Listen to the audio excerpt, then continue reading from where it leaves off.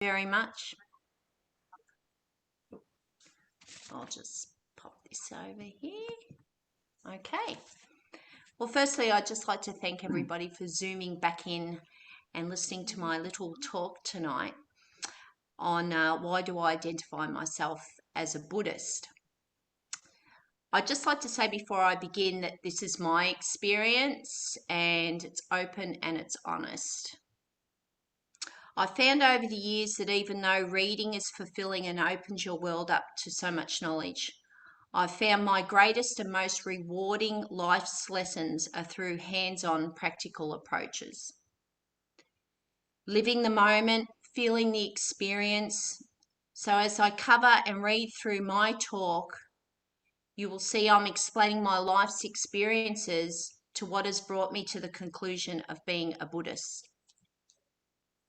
After my talk, I'm going to ask that we break into groups and maybe cover one or both of these questions. Do you identify yourself as a Buddhist? And two, what was the key point in your life that brought you to the Melbourne Buddhist Centre? Okay, why do I identify myself as a Buddhist? Well, I think in this case, it'd be very easy for me to say being married to an order member is why I identify myself as a Buddhist, but that is only a component to my pathway and to my story. Most of my talk gives you some background on my past, my current life, and the pathway forward. And I think I need to break my talk into two parts. First, my life, my experiences, my journey, my beliefs. And then a second part is our marriage, our beliefs, and our experiences together. After having a family of two beautiful daughters who are now 25 and 31 and being married for 33, almost 34 years this October, I can only give you a small glimpse into my life in 20 minutes or so, but I'll give it a red hot go. My life. Well, my background was a family of two parents and a sister who was 10 years older than me that I really didn't get to know. Because at the age of 7, she left home and I really never had a chance to spend any time with her in almost 40 years. Then when I did see her over the 30-year time, there was a deep feeling of resentment to me that I still to this day don't understand. I lived in a home with, I do know, were parents that loved me, but whose lives, especially my mother's, were very, very complicated. From seriously unskilled behaviours in holding friendships and family relationships, and in my view, not being the best mother she could have been.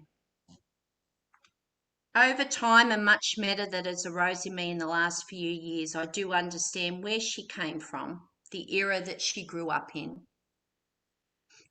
and the family situation that she also grew up in. And it was hard to not act in a skillful way in some of the areas of parenting.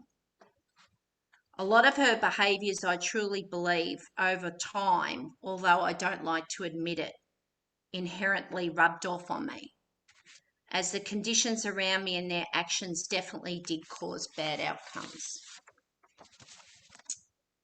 such as dropping out of school at a young age and having to move so often as a child and not being able to settle and form strong relationships and friendships, and of course to complete any study.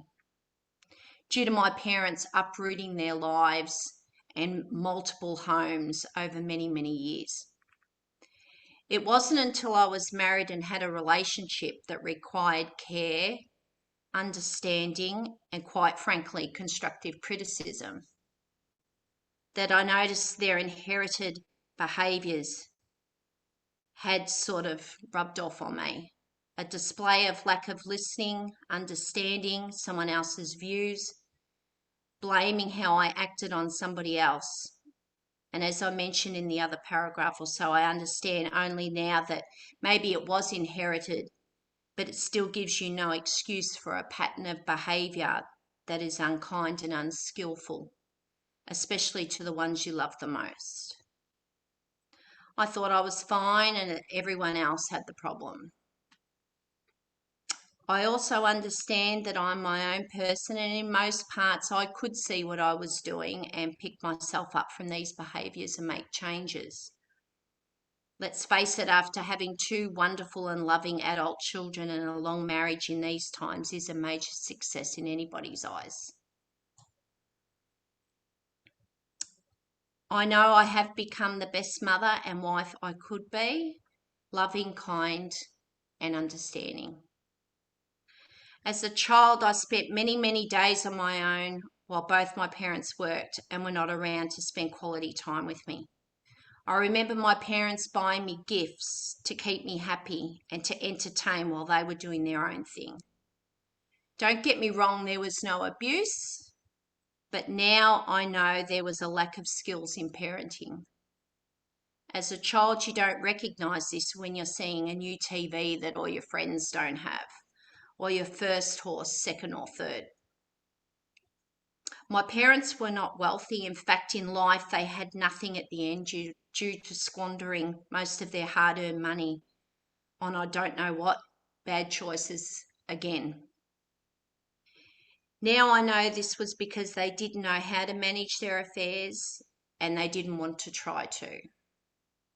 Later on in life, even after everything, Sangapurna and I purchased a property to give them a roof over their heads and to be safe. Even with no conditions apply or expectations other than to be happy, my mother could only find negatives. She packed up, left one day with no indication of this, with my ill father, and not to be found. It wasn't until years later, when my father had become ill with dementia, that my mother got in contact with me and said, "Can you come and see your father?" Then, upon returning from the UK in 2018, I found out my father had passed away and they'd had the funeral without me being present. But not all my childhood was bad. I remember Danta Chitta in a recent talk go back to her childhood memories, the good ones, where you know things made a difference in your life. Life had meaning, even at a young age. I found my love with animals, my horses, dogs and cats. This is where I spent my days, with them and only them. One great decision my mother made was that she used to rescue horses from a local knackery, which changed their lives and ultimately mine.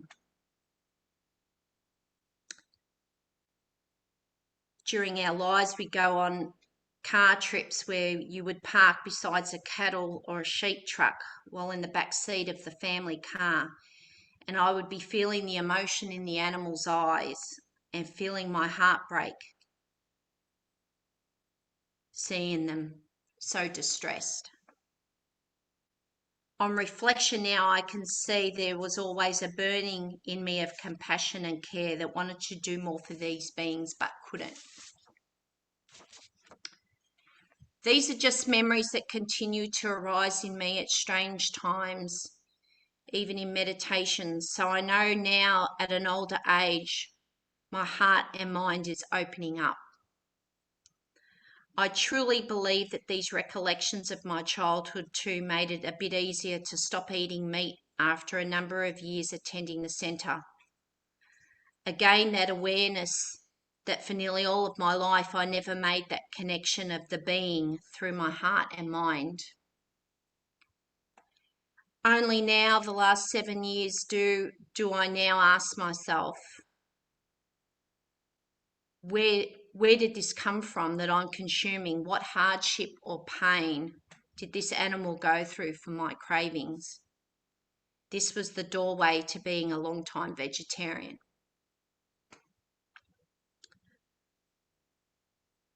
Over time, due for many reasons of discontent, both Sangapurna and I delved into the meaning of why we are here and what we are doing to become better people.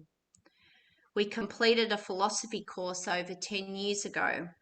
Together we enjoyed and benefited from the extra knowledge, turning our focus on the why What can we do to be better people? Awareness and reality of life.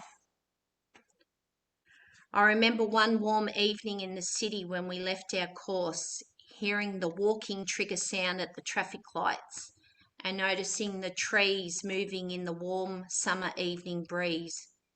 It was like a switch had turned on of total awareness around me, things that I would never notice in my normal day-to-day life. I'm sure that course we attended opened our eyes and became the stepping stone to our exploration of Buddhism, meditation, and mindfulness, no doubt. Now, rolling into part 2 of our life together. After we completed the course, it wasn't long before Sangapurna, David at the time, was looking and wanting to find out much more about this life we have, the world we live in, this journey, and found the Melbourne Buddhist Centre at the old location over 10 years ago. At the time, I would attend with him, enjoying a meditation class and listening in on the chats. There were weeks where I didn't go, but on each visit back, there was that warm feeling, a feeling that you belonged and that there was much more to explore. And still to this day, as a welcoming person on the door on Thursday nights, I know this is a major quality of our centre and community of making everyone feel welcome that enters the doors. First thing I noticed until this very day is the friendship of the Sangha, the spiritual connectedness with others, a commonality of minds. For no matter what reasons our lives have brought us here, we are here to experience this wonderful existence together. As time passed and many sits later and courses he sat, I saw a changing husband, a calmer, more understanding husband, filled with joy that I would see all the time. There was a meaning, an excitement of really knowing. I continued going over the years and developed great friendships along the way through our festivals, fundraising, retreats, courses, and our regular Thursday nights. I would see myself wanting to be with the Sangha more and helping the centre in any way I could that would benefit all. There has never been an expectation to do these things, but a comfort in myself and a pleasure in seeing everyone around me happy. Over time, David became a mitra, then continued with study, retreats interstate, overseas. I could see so much change and a real softening of his heart and mind. Then when the time came and David was asked to join the order, there was an overwhelming feeling of delight, excitement, and some nervousness to what may come of that. I needed not to worry. I actually made my growth, I believe, independently during this time of his 4 months overseas in Spain. After living with someone since your late teens and never spending any time apart, I found this very hard and very emotional. Yes, attachment, now I know, but it was a time for true growth. While missing him so much and really struggling, I would be getting many messages of support from order members and others that I had made a great connection with. Constant phone calls and messages of support, catch-ups, and being asked the questions, are you okay? What can we do to help you? If you need us, we're there for you. This was more than I even got from family members and close friends. After the ordination process, I met up with the new Sangapurna in Manchester, and we had a lot to catch up on. I revealed to him over many conversations how wonderful the Sangha was in supporting me and being there for me. I told him and made a promise to myself to give myself more of what is needed.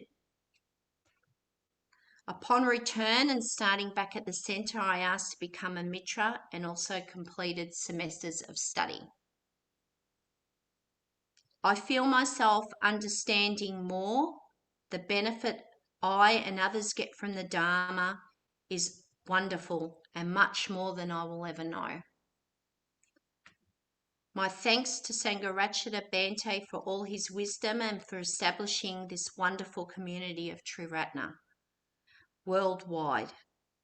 We've been very fortunate to visit many centres in the UK and form a friendship far and wide with the greater Triratna community. Thank you to the Buddha for being an ever-present guidance in my life and teaching me to be the best I can be and give me an insight to experience the world and life in the best way possible through the Dharma. I feel a part of my past life has not been erased, but it's been pushed aside.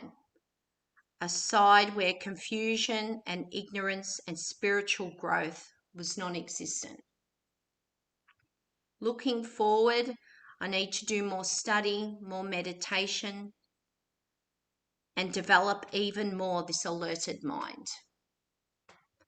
I've learnt so much already from our community and the Dharma and of course the Buddha to know there really isn't any other way. I want to continue my life with such wonderful guidance and friendship. I want to also thank Appada as he asked Sangapurna last week if I'd like to do a talk. My first reaction was, oh, how can I avoid this? Yeah. No way I can't speak in front of anybody. It's like 10 or something crazy now. You just send like... What would people think? Will I say the right thing? But I know I needed to do this as it will help me in confidence and understanding more how the mind works. So I want to say thank you to everyone who has sat in and listened to my little talk tonight. It's very hard to unravel your past, especially the past you know has caused you so much pain in your adult life.